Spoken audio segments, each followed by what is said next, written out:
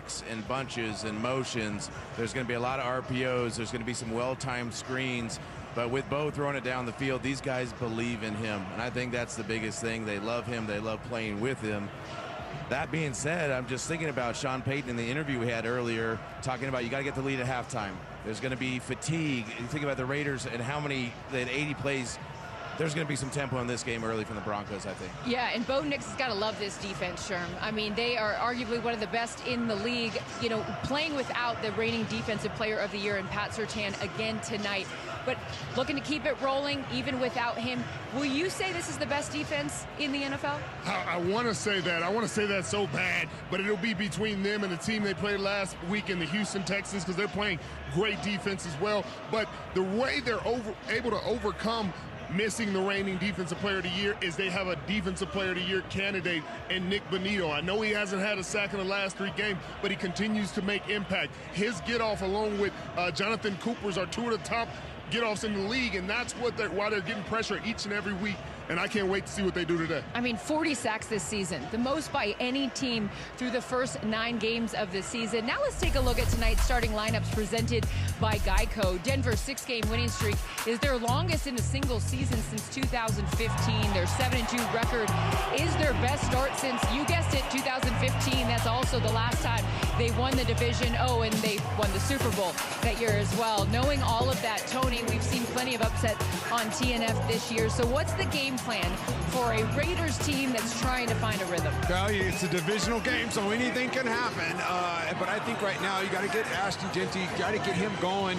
He is that big high draft choice for them. Get the ground game going to open things up for Geno Smith. Like you said, he played his best game as a Raider last week, threw 4 touchdowns. 3 of those touchdowns went to Brock Bowers, their phenomenal tight end. Get him the ball. He is their first option, their second option, and their third option in the passing game. And he can make some plays and put up some big points for this team. And this is their op, Tony, for the Raiders. Think about it. The Broncos play a team called the Kansas City Chiefs in 10 days. Are they thinking about that? So right now, you can come out as a Raiders team. Let's establish an identity, and let's go get us a big win. But if you're the Broncos, what's the best way to send a message to the Chiefs? Don't think about them. Go out and show out tonight that you are the best team in the AFC. Dominate the Raiders and tell the Chiefs you're next. That's their opportunity tonight to send a message in the AFC. I love that. I love how fired up you are. The Denver Broncos 5-2 in games decided by 1 score. Last year, remember, they were just 1-6 in those games. So a swing there. Fitz, you know, it sort of intimated this a little bit or talked about it. Sean Payton wants to start fast. It doesn't want to have to wait until the 4th quarter. Quickly, 10 seconds. How does he do that? Well, I think it is going to see tempo in the offense. Bo Nix performs better when they're going up tempo. He's on the move. He's running out. So I think we're going to see a bunch of that early against this tired Raiders team. All right. It's a divisional game, as you mentioned, Tony. Going to be a good one. Raiders, Broncos. We will see you guys at halftime. Al Perfect Daily has the call. All right. Let's go. Subway presents Prime Stories.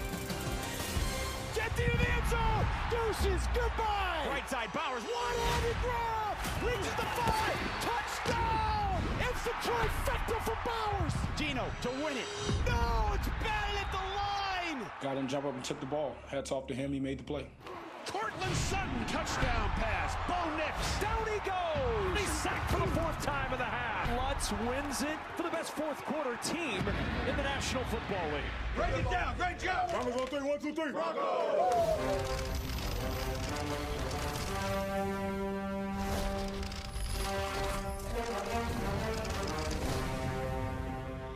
The Raiders lost by 1 point. I don't think I've ever seen a player more wide open than Tyler Lockett. We know that Geno can throw like that. Unfortunately, it hasn't been as consistent as we needed. It's been 3 quarters of dreck and then a 4th quarter where they kind of put the hammer down. Bo seems to like the 4th quarter. That's his quarter, man. If you guys fall too far behind, we're going to lose a lot of the audience. I'd much rather go in here and start fast than having to do the end of the game heroics that we've been doing. We just announced that they traded wide receiver Jacoby Myers. Wishing him the best, and, you know, we got to move forward. What do you see when you watch Geno Smith? Sneaky part of his game is, just being able to make plays on the move with his legs. We saw on Sunday how much Brock Bowers means to this Raiders offense. The toughest job with him is getting him tackled. I think Bo is doing a good job of getting the ball out of his hands quickly. Max Crosby's worth the price of admission. The number one thing is winning, and that's all I care about. Yeah, some guys just got it differently, and Max is one of those guys. We just got to put together a full game, because I feel like whenever we have to score, we go and score. We just got to have that mindset at all times. We just got to take it one day at a time. We have another opportunity to go out there and change the momentum of our season. Thursday Night Football in AFC West clash. The Raiders taking on the Broncos. Let's go! Would love to knock them off their pedestal. All of the good that you've done, you would throw it away with a bad loss to the Raiders. The second half of the season, Week 10 starts tonight in Denver, where the Broncos go after their 7th straight win, led by Bo Nix, who's provided lots of high drama this season, and ready to face the game-wrecking defensive monster Max Crosby and his Las Vegas Raiders on Thursday Night Football. Al Michaels, Kirk Herbstreit, Kaylee Hartung with you from Denver. The Broncos are like a racehorse who stumbles out of the starting gate, falls behind the leader by about 20 lengths, gets into the stretch, turns on the Jets, and wins by a nose. They are the kings of the fourth quarter comeback. They have a terrific defense. They have a quarterback with apparently a pretty great future. It's a wide open AFC, Kirk, so why not them? Why not them? And I think Bo Nix in his second year, I think with Sean Payton, is just going to get better and better. And I think the confidence that they've gained with those fourth quarter comebacks is obvious. But I think the difference is they've got best defense right now in the NFL. They're attacking. They're very aggressive. They put a lot of pressure on the offensive line and the quarterback, what makes it very tough for the Raiders tonight, especially here in Denver. Yeah, the Raiders are a totally different story. They're 2-6, come off an overtime loss at home 4 days ago, have to travel to Denver, just traded their top receiver. But in a year where upsets are very commonplace, how do they pull one off tonight? Well, if you're Pete Carroll, you look at your team and say, guys, 80% of the Broncos games are decided in the fourth quarter. Let's just not self-destruct. We're on the road. Let's kind of weather the storm early. Let's not have penalties. Let's not turn the football over. Let's not give up sacks. We can do that. We get this game to the fourth quarter. Geno Smith can find a way to win this game. Well, you got a couple of teams who've been doing battle since 1960. And as we approach kickoff, let's join PA announcer Connor McGahee.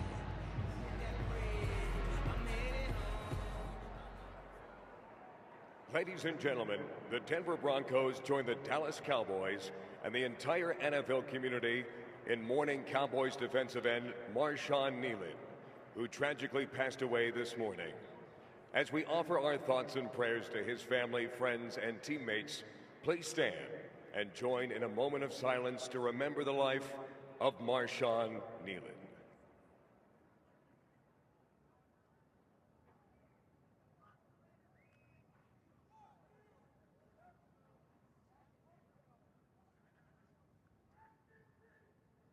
Please remain standing as we present tonight's color guards representing branches of the United States Armed Forces and local first responders. Please kindly remove your caps as we honor America with the singing of our national anthem. Singing the anthem tonight is national recording artist from Colorado. Please welcome Kayla Ruby. Oh, say, can you see by the dawn's early light what so proudly we held at the twilight's last gleaming, whose broad stripes and bright stars through the perilous fight o'er the ramparts we watched were so gallantly streaming, and the rocket's red glare, the bombs bursting in air,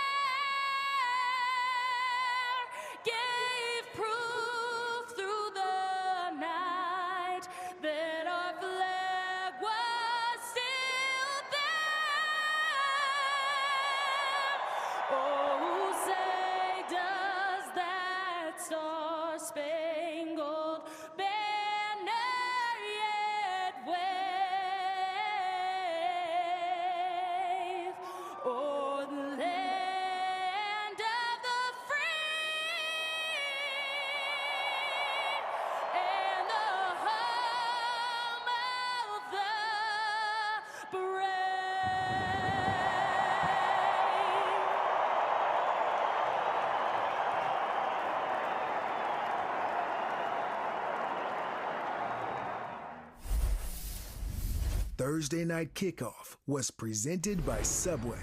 Keep moving with Subway's new Fresh Fit menu. Prime Video, home of Thursday Night Football, welcomes you to the following presentation of the National Football League. And the two coaches each has won a Super Bowl. As you look at the conditions here, 62, it's perfect. Wind is very light, clear skies. You've got Pete Carroll, you have Sean Payton, and they're in the standings right now in the West. The Broncos 7-2, Chargers are 6-3, Chiefs 2 games back 5-4, Raiders come in 2-6. So the Broncos on top in a division that has been won for the last 9 seasons by the Kansas City Chiefs. Denver won the toss. They defer. Will Lutz, who came from New Orleans, where he was there with Sean Payton, to kick off. Raheem Mostert in the lobby to run it back. Mostert capable of breaking one, but nobody's going to break